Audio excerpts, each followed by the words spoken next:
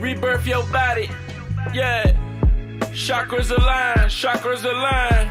Relax and feel the vibe. Greetings. Today we are diving in Black men with mental health, okay? The topic is all about Black men and what is happening present day in mental health. What we do know is that Black men are not largely represented in clients among psychiatrists, counselors, therapists, although this population has been growing in means of suicides, among other statistics, right? So when you're seeing high levels of incarceration rates, this in itself can be directly correlated to mental health issues. And also when you're looking at drug abuse, oftentimes problems with alcohol and drug abuse is definitely related to childhood traumas. And all of these things are interconnected with mental health, right? We know this is a huge umbrella, but we do know that Black men are not represented like they should in mental health. So that's what this video is about. Let's get into it. Yo, what's going on, y'all? This is the Black Love Men's Roundtable. My name is Belief, and I want the gentlemen at the table to introduce themselves. Kariga, why don't you go ahead and start? Peace, good people. I'm Kariga Bailey, angel father, author, Black Love practitioner. I don't know how I'm supposed to follow it. Marcus Tanksley, y'all know me as Marcus on the gram or Tank. I'm a father, a husband, social media influencer.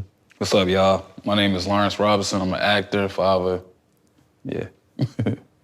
What's up, guys? My name is Anthony Clark. I'm a certified life and love coach and an author.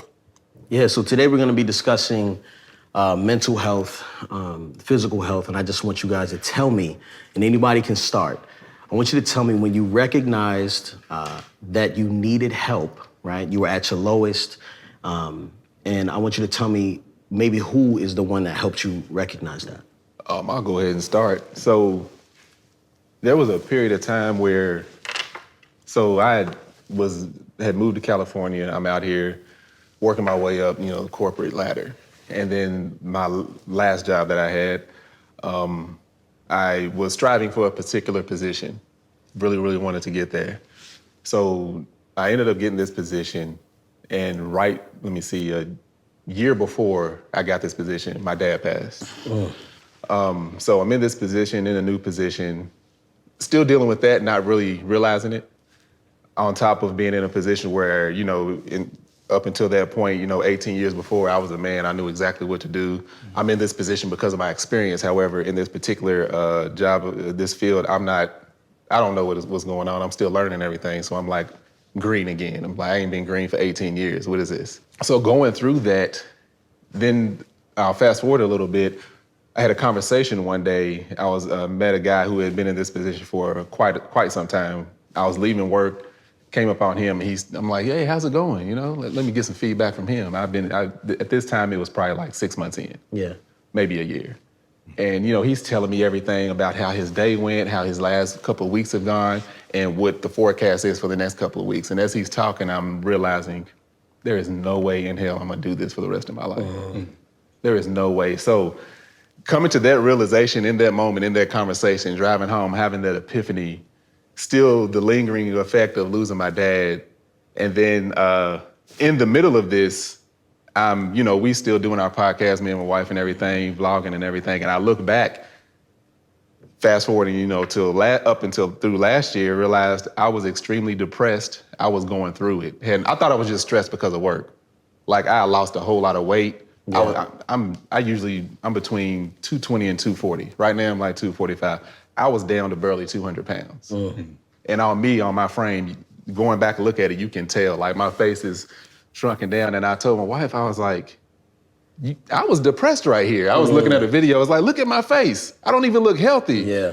And she, they don't see that. They're like, you always look good, babe. Like, man, just shut up. That ain't what I'm talking about. I'm over here, like, look at me right here. So realizing that, it was like, I had that trauma of, it was like almost like a trauma of looking back at the past and was like, dang, I went through that and I didn't even realize it. Was it the fact that disrupted your purpose? Oh yeah, absolutely. Yeah. So, as a lot of men have this whole mindset, a lot of us, our career is us. That defines us, what we bring to the table. Yeah. And me being in this position, money's okay and everything, but being in this, and it's just like, but if I don't want to do this, what am I going to do with my life? Okay. I got a family, I got 4 kids, I got a wife, I got mortgage, I got bills. It's like, I support all of this. My wife is over here, people see her as the mogul. I'm the foundation of that. I'm stable. This is what I do. Yes. I've done this for 20 years. This is me. And this ain't what I want to do. And now it's gone. And my heart is not in it. So that's when, it's gone. Like the thrill was gone. And I was just like, what? So it was like a hard conversation I had with myself. But then I realized, I hope I'm not fast forwarding it, but I realized every single time I've made an elevation in my career, an elevation in life, God was always the forefront of that. And I realized he always makes me uncomfortable enough to move, so I move myself. Amen. It ain't like I pray for it and God's like, oh, here you go. Yeah. It's like, no, God's like, no, I'm gonna make you uncomfortable enough to where you can do this, you end up doing this yourself. I'm gonna push you out of that place you don't wanna be in. And that's what he was doing. And that was what, fast forward now, that's what moved me to retire from my 9-to-5 last year in May and work for me and my wife full time. Yeah. So now self-employed. But I ended up going through all that because I never would have stepped away from my 9-to-5 because that's what I do. That hands-on, I structural and tech, I do all that stuff all day. But did I enjoy it? No, I was just good at it. Yeah. Can I just, speaking of purpose, right? I just kind of wanted to table it to Anthony because it seems like all the things throughout your life has kind of culminated to the moment where you and your wife got together and now you guys are life coaches, right? It's because you've had a very interesting story. Yeah, you could have life if you want to be a life coach. Exactly. So can you tell me about that point where you kind of reached that low point and you were like, something has to change at this moment? So for me, there were a couple of moments like that in my life. So I had like multiple breakdowns. Well, I like to call them catharsis that I went through. The first one was I moved to California, I played sports, and I moved from Brooklyn to California to go to college at 17. And immediately I met my college girlfriend. And we moved in together, and I saw that we weren't compatible, but I stuck with it anyway. But we started fighting like cats and dogs. We were both stubborn. And so we broke up, we were doing the X-sex, make up, break up, and she said she was pregnant with twin boys. At the time, I had an opportunity to play pro basketball in Peru and pro baseball with the Brewers, AA baseball. So I was ready to go to camp, and she comes back and goes, I'm pregnant. And even though we weren't connected, my father wasn't there for me, so I'm like, I'm always gonna be there for my kids, even though I feel like I shouldn't be with her, so I married her anyway. So in the process, I had to give up the sports because she needed help right then and there, so I couldn't report to camp. So to make a long story short, I married her. The twins were born, named after me. The first 3 years, we just fought, me and her, still like cats and dogs, and it just hit rock bottom. It was like, this ain't gonna work. Then I found out that I wasn't the biological father after all of that. So here I am in my 20s, like 21, 23 at the time. Lost the marriage, athletic career, my whole future, so it was like rock bottom. Yeah. I even thought about killing myself at different points. But then my spirit was like, you know what? This could be a blessing. This could be an opportunity for you.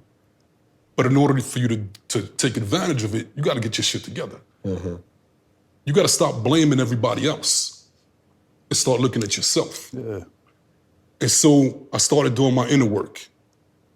Okay, so what does that look like? Because a lot of people say inner work, but I don't know what be working inner. You know what I'm saying? You gotta tell me what that means. My inner work was to be honest with myself and to look at how I was, how I thought, and to start questioning. Is this really benefiting me? Why am I being like this? Why do I act like this? And the tendency for a lot of people is to be like, well, that's just the way I am. But I knew if I stay the way I am, I'm not gonna get to where I wanna be. So I always say, to go there, you gotta grow there. You're on this level, you're always trying to get to high levels of understanding, enlightenment, wealth, you name it. So how are you gonna get to those other levels? They ain't gonna come to you gotta go to it. So I gotta expand and get out of my old way of thinking and being. And so I recreated myself. And I describe it like, and this connects to even a second trauma, so I'm gonna combine them together. I went into the Department of Corrections as a state correctional officer, and I was involved in a shooting. And after that shooting, I experienced post-traumatic stress. So now it goes back to the inner work. How am I gonna get out of this? The same way with the marriage, with that, now the shooting. So I compare it to a pantry cabinet. And everything in that pantry cabinet has been there throughout my entire life, the salt, shaking. These are all my beliefs, all the things I was programmed to be and this and that. But it wasn't working for me. But I didn't really realize it. Then one day there's this traumatic event, the marriage, the divorce, the shooting, where there's an earthquake and everything gets knocked over. And so that's the breakdown. Now you lose your identity. Who am I? Like you, it forced me. That catharsis. The system breaks down when it takes too much pressure. Eventually it's gonna break down. But it breaks down to give you an opportunity to rebuild it back even better. So with my catharsis, it was like, okay, what most people try to do is to go back to what they were. So let me put the stuff back in here, but you're gonna get the same life again. So I was like, you know what? No, this is a great opportunity. I have the opportunity now to create the life I wanna live. I wanna be who I wanna be, not because of what other people expect of me. I'm gonna be my true self. I'm going to spirit within. Yeah. So that connection, because that's the internal guidance system where everything you need, all the answers, it's gonna come from there, God, whatever name you wanna call it. So most people trying to get it out there, it's not out there, there's nothing out there for you out there. It's in here. So if you don't go within, you will go without, guarantee you. I like that. So what I started doing was I started putting this pantry back. I wasn't trying to recreate the same one. I wanted to create a pantry that I loved, a pantry that I was proud of. And so I'm putting stuff back like, what is this? Dude, this shit ain't good, I don't need that, let me throw it out of the way. What is this? This is, I don't need that. What do I want there? I want this there. I want that there. So when I was done, I rebuilt this amazing pantry cabinet, an amazing life that I loved. And so the marriage and that, I did the same thing with each situation. And I came back better and stronger. Yeah. That's amazing. You want to add, Lawrence? I mean, I ain't gonna never look at a pantry ever the same again. I'm just looking at the seasonings like, You ain't got no sage in here. which one is from Philly? Which seasoning is from New York? He's in the Old Bay at. I'm just looking at all my seasonings, looking at all, like, naming all the trauma. Turmeric, huh? Okay. I don't even like turmeric. Man, that was good, man. I'm triggered. I ain't gonna hold you, I'm triggered, man. Because, like, I'm so similar to both of you guys. It's like, as far as I had to recreate myself every time I moved to a different city. You know what I'm saying? Like, I'm from Philly, born and raised, but then I had to move to New York City. You gotta recreate yourself, but you gonna go home. You know what I'm saying? Then moving to LA, it was the same thing. And what was really hard for me was, you know, being a full-time actor and believing that this is what I wanted to do with myself, and it was my dream. I had to 100% commit to that. And with 100% commitment to acting is dealing with financial struggle. Because if you in acting class, you gonna miss work. But if you don't work, you're gonna miss acting class. So it's like, you gotta find that balance. And finding that balance is the hardest thing when it becomes being an actor. Like, it's the hardest thing because you just gotta find that, you gotta be able to figure out which is more,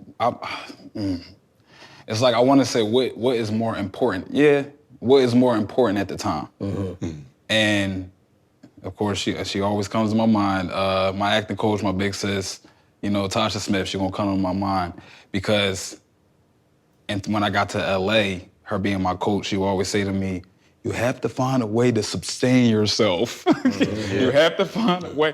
And she would always say that to me. And when you broke, it's like, I ain't trying to hear that. Yeah, like, I'm surviving. Yeah, you know what I'm saying? And then being so close to somebody like that, you know, people think that that was a relationship that was, you know, that I was born into. Like, no, that was, you know, that was something that God gave me when I moved here. But that's what I was doing before I even got here. That's what I was doing in New York. I was trying to find a way to sustain myself. And I don't think I ever knew how to put a word to it. But of course she does. You know what I'm saying? So the reality is, every time when it came to recreate myself, I hit rock bottom. And hitting rock bottom is not being able to pay your rent, not being able to pay your bills. And when I hit rock bottom, I always go to God. I go to God. But I've never learned how to go to God until I moved to LA and I went to One Church LA with Sarah Jakes Roberts and Torrey Roberts. That's when I learned, like, you know, it was just different going to that church. That church showed me, you know, when people, oh, that's the Hollywood church, call it what you want, because that church feeds me. You know what I'm saying? And that church feeds me because it's relatable. It's not judgmental. It's just like the truth of like, yo, like, you know, Sarah won't get up there and talk about auditions. Yeah. And she not an actress, but she know what we going through. Yeah. And yeah, man, it's just about like just really going back to God.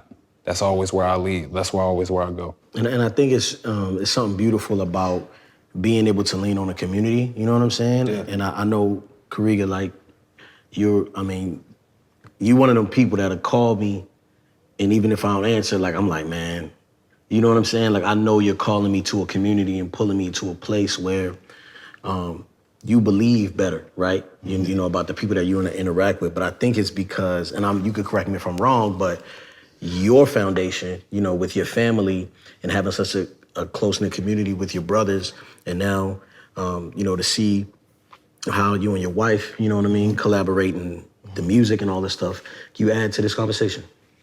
Yeah, I'm listening deeply, processing, and I'm looking at like men on different intersections of life that I'm at.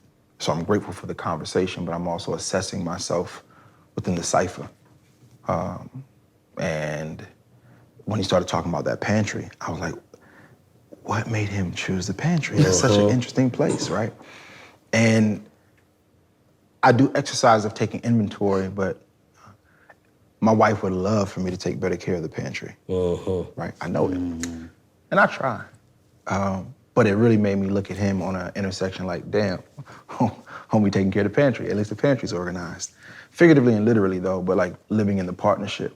And that place in life, Marcus, when you're talking about like, you know, being in a career, X amount of years and just looking at it like, yo, it's different now. Or whether recreating yourself and finding that rock bottom and evolving and finding that rock bottom and finding God. And I'm listening to the conversation and the question, and I'm trying to ask myself like, damn, when is it? When was it? Where am I now? Yeah. Right? I'm certainly in a mind state of abundance. I'm not at rock bottom, but the blows that took me to the deepest waters, it almost felt like I could not find rock bottom. Rock bottom would have been stable ground. Now, Yeah. right? I'm certainly in a mind state of abundance. I'm not at rock bottom, but the blows that took me to the deepest waters,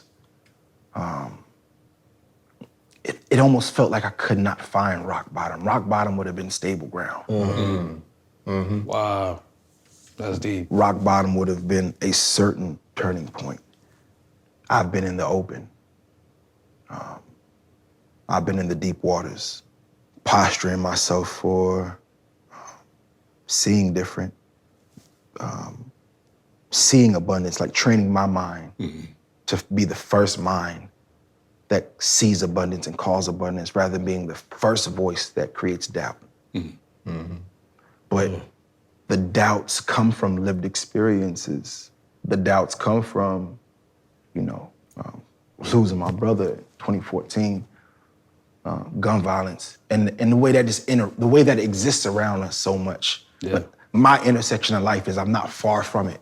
And also looking at like, in a recent conversation, I finally was able to articulate that you can't just address me by any one situation that's happened to me. Wow.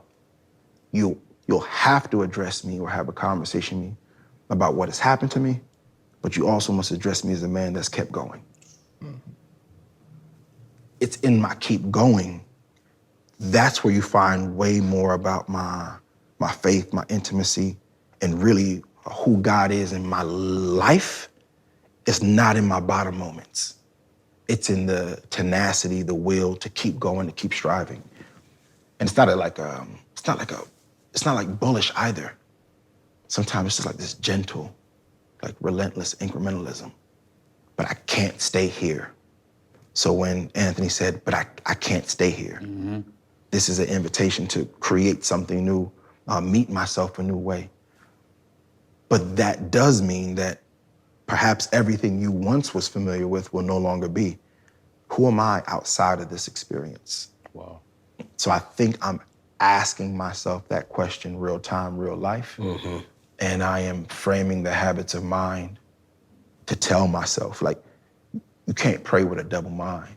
So my mind has to be solid even when I'm praying to God. If I'm praying with doubt, I'm the double-minded person in the prayer. Amen. So I train myself to remember what is true and then submit myself in that alignment with prayer. But when it's done, whether you're in your prayer closet on your knees or just driving and talking real life, I had to situate my mind on abundance, not the losses that have happened to me, but they have happened, bro. They have happened. Yeah. Yeah, and I think the scariest part about what you're saying is that you don't want to believe that you're going to have to get used to the loss, right? And so it's constant, right? And you're like, oh, grief is something that I have to invite in, and that ultimately I don't want it to be here long, but I have to make it comfortable because I will lose again. I will continue to lose again. So this is a roommate that lives with me now that has residency in my home, you know? And not only that, as we're talking about the pantry, right? You got people coming up to you saying, I'm hungry. I need you to, whatever you got in that pantry, I need you to support me with that, whatever you got up in there. And even if you're in the middle of a rock bottom, you know, breakdown and everything's off the shelves, the skill of Black men is to create with nothing. We have nothing in the pantry, yet we're still supposed to provide and fight against all of the external things that are coming at us. You know what I'm saying? So in doing all of that, right? And then, right, nobody wants to hear about it. We don't want to hear you complain. That's inconvenient. Give me what I asked for. And I'm not saying that is the majority of our relationships, but we are not cared for, right? Therefore, we don't know to care for ourselves well. I was just thinking that. Right. I was about to, you were saying like we're not cared for, but sometimes I feel like we put more on ourselves than others do. Right. All we're seeing is that we are here to produce something, right? We are what we do.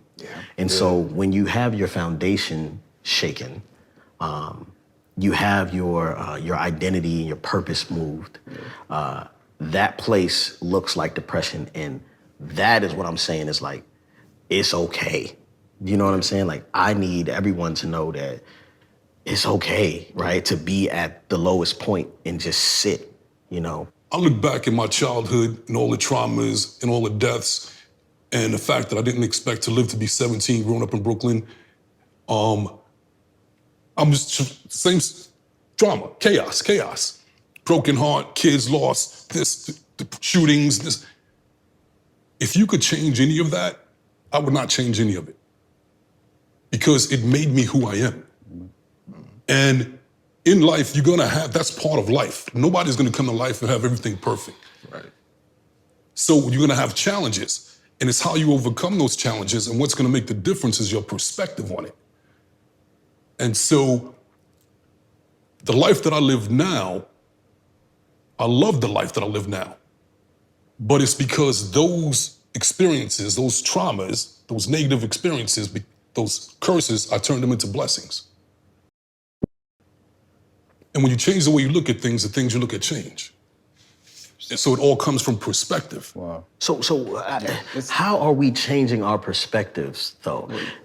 Right? Is it a choice? Like, is this something that we are hypnotizing ourselves? Are we doing daily affirmations? Like, what is it? One thing that I always I read this it was years ago, but it's the saying, pain is inevitable, misery is optional. So I can choose to dwell in this, and some people need to. Maybe you need to sit there and take it in and realize where you're at, but you have to keep going. And that's where the misery will come in. If you're in that point longer than what you need to be. Yeah. And it's like you talk about like falling or hitting rock bottom. Physically, if you jump from that ledge and jump down, there's gonna be a period of time where your legs grab you and then you're eventually gonna have to come back up. You can't sit in that squat position forever. Right. And it's that dealing with that, being in that moment of, all right, this is where it's at, this is awful, and then figuring out how to stand back up and climb back up the steps. Yeah. How we do that, amazingly as Black men, is like, we are the best at doing that. Because it's just like, we talk about, mental health and everything, and wanting to reach out for help or not knowing to reach out for help. And it's just like, maybe it's shunned upon. Oh, you seeking help, you going to therapy. It's like, if you broke your leg, you're gonna walk around with a broken leg, or you're gonna go to the doctor and get a crutch and get a cast. And this is like, as Black men, some of us are born injured, mentally. Living in the United States, that's an injury already coming out of the blocks. So it's like, there's nothing wrong with seeking that help or constantly studying yourself. Right now, I feel like I'm great, but are there some things that I could work on to help me better? You talked about, coming out stronger. It's like when you tear something, you break a bone, a lot of times that bone heals stronger, but you gotta let it heal. You gotta get help for that healing to happen, to come back stronger. That most of us who have experienced therapy have really experienced privilege, right? Because we could afford the help, right, that we need. My therapist told me, that no one is gonna need me more than I need me, right? And I didn't really understand it because I was like, man, like, everybody needs me, right? Everyone I know, like, you know what I'm saying? Like I'm trying to lift up fatherhood for the generation, right? You know what I'm saying? Like, everybody need what I got, you know what I mean? And he's like, no, but you need you more, And so if I know that, then I know not only do I need myself, I need him, but I also need a couple people that need me, right? A couple young men that I could be teaching just these little things are like, yo, check in with this person, man. Like, don't hold on to that too long.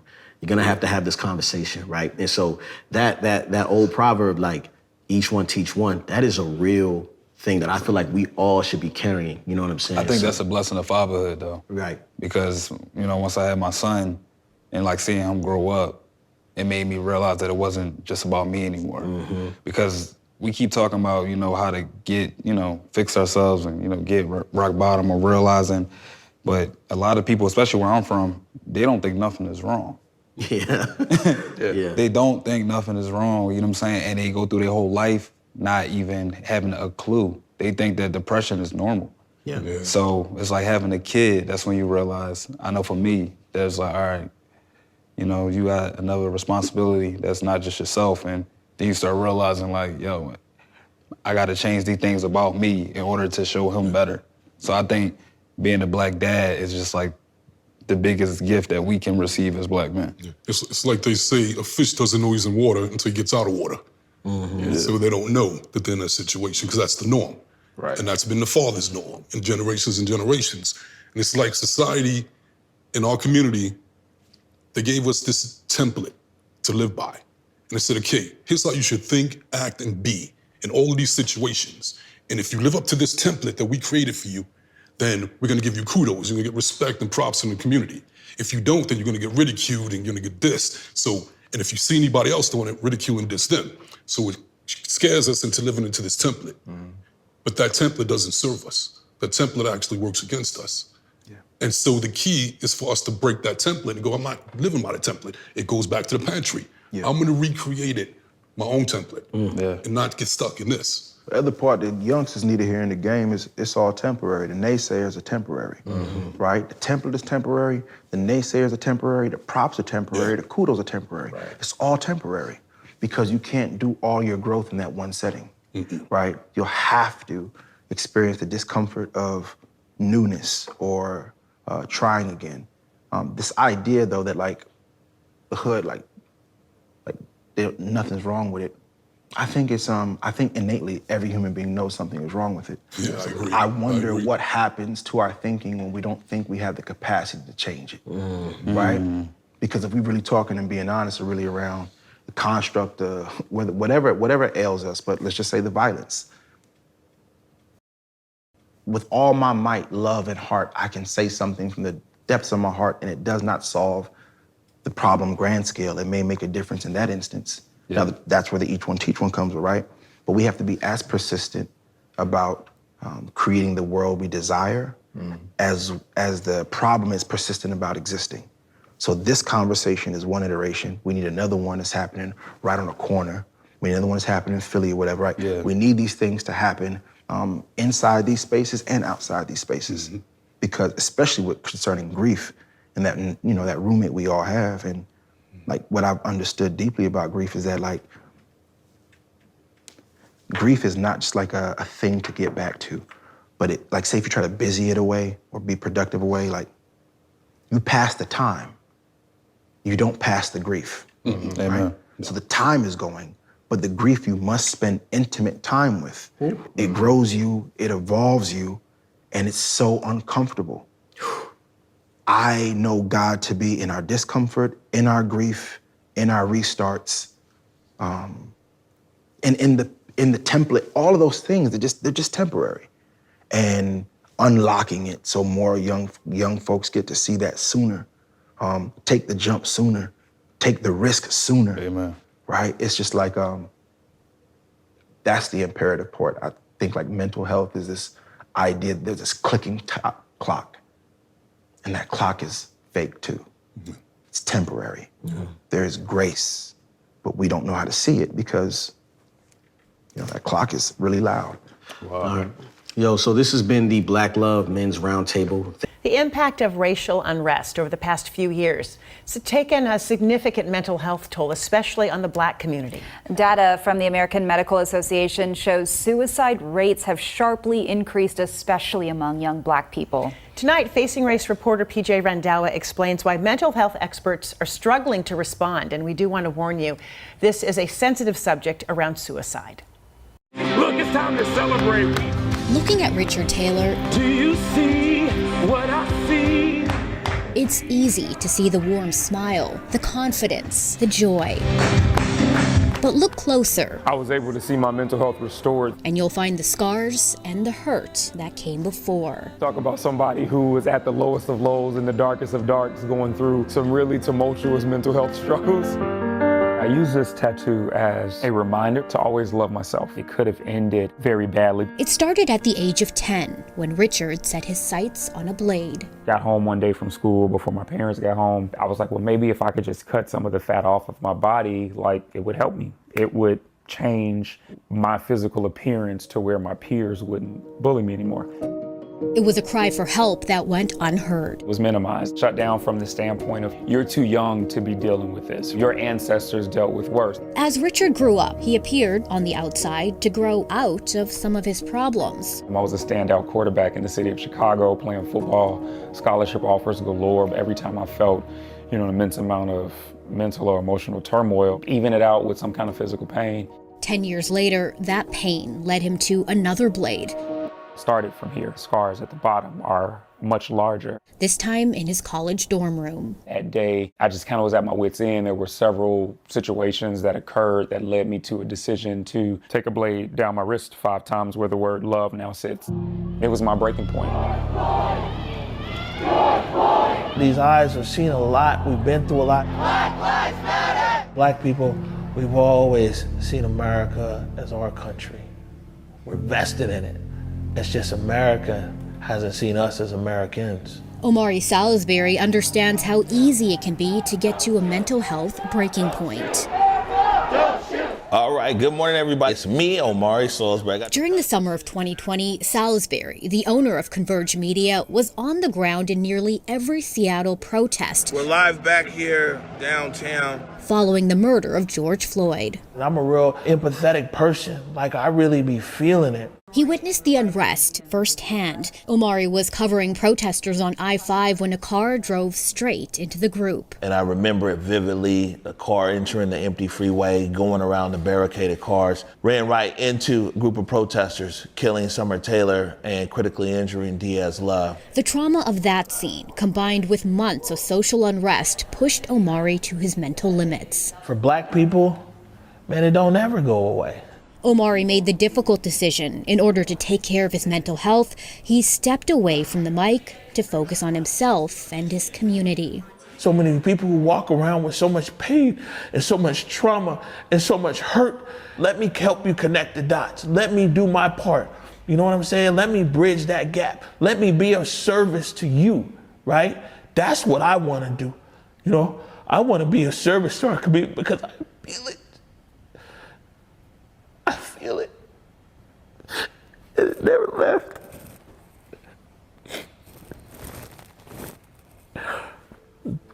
It's never left. According to the Journal of the American Medical Association, in the past 2 decades, suicide attempts for Black males between 12 and 18 have increased by 79.7%, making Black kids and teens almost twice as likely to die by suicide than white kids. And it's not just kids at risk. The suicide rate for Black adults increased by 30% between 2014 and 2019. When we talk about triggers, you know, it doesn't take much for people. Black Americans experience mental health issues at a rate similar to their white counterparts. But according to the American Psychological Association, they are much less likely to seek help. It's often thought of as actually being a weakness. Dr. Devin Bird is a trained psychologist and president of Bastyr University. Black men historically have been a lot of pressure in terms of presenting oneself as being strong and not needing outside help or assistance. Richard said it was an attitude that growing up applied to everyone. You could just simply say, oh, that's just crazy Uncle Billy over there, right? But not realizing that crazy Uncle Billy really needs help. Experts say another barrier to seeking help is a lack of representation. 84% of psychologists are white, while only 4% are Black. We need more therapists of color. We need more individuals who are able to resonate with and understand the experiences of communities of color. And that brings us back to Richard, his last suicide attempt in his dorm room. 5 gashes going down my wrist from my final attempt Was enough to break through to his family and finally get into therapy. Hallelujah. He's now an author, church leader, and motivational speaker. We just say thank you today. And hopes to shatter the stigma surrounding mental health treatment that is crushing so many Black families in silence. We have so many of us living in silence, and unfortunately, if we live in silence for too long, we can make a decision to where we're not here anymore. Be able to rise from the ashes of defeat, sorrow, depression. The message is hope. For Facing Race, I'm PJ Randawa. According to the Health and Human Services Office of Minority Health, Black adults are 20 times more likely to experience serious mental health problems than the general public. Black men are often less likely to seek mental health treatment compared to their white counterparts. Only about 1 in 3 Black adults who need mental health can receive it. The National Institute of Mental Health reports that African Americans are 20% more likely to experience a serious psychological distress than non-Hispanic whites. However, only about half of African Americans with depression seek care compared to 70% of whites. Suicide rates among Black men have been rising. According to the American Psychological Association, suicide rates among Black men have increased dramatically over the past few decades. While the overall suicide rates of Black Americans is low compared to the general public, the suicide rate for Black men is significantly higher than for Black women. So I ask you, why are Black men committing suicide? Welcome to Rebirth the Body channel, where we are discussing everything mental health. If you have not subscribed to the channel and you are on your journey of self-evaluation and getting in tune with yourself, tapping into mental stability and mental well-being, you are at the right place. So subscribe to the channel so that you can get these videos every single time they drop. Welcome to the best days of your life. Rebirth your body. Yeah. Chakras align. Chakras align. Relax and feel the vibe.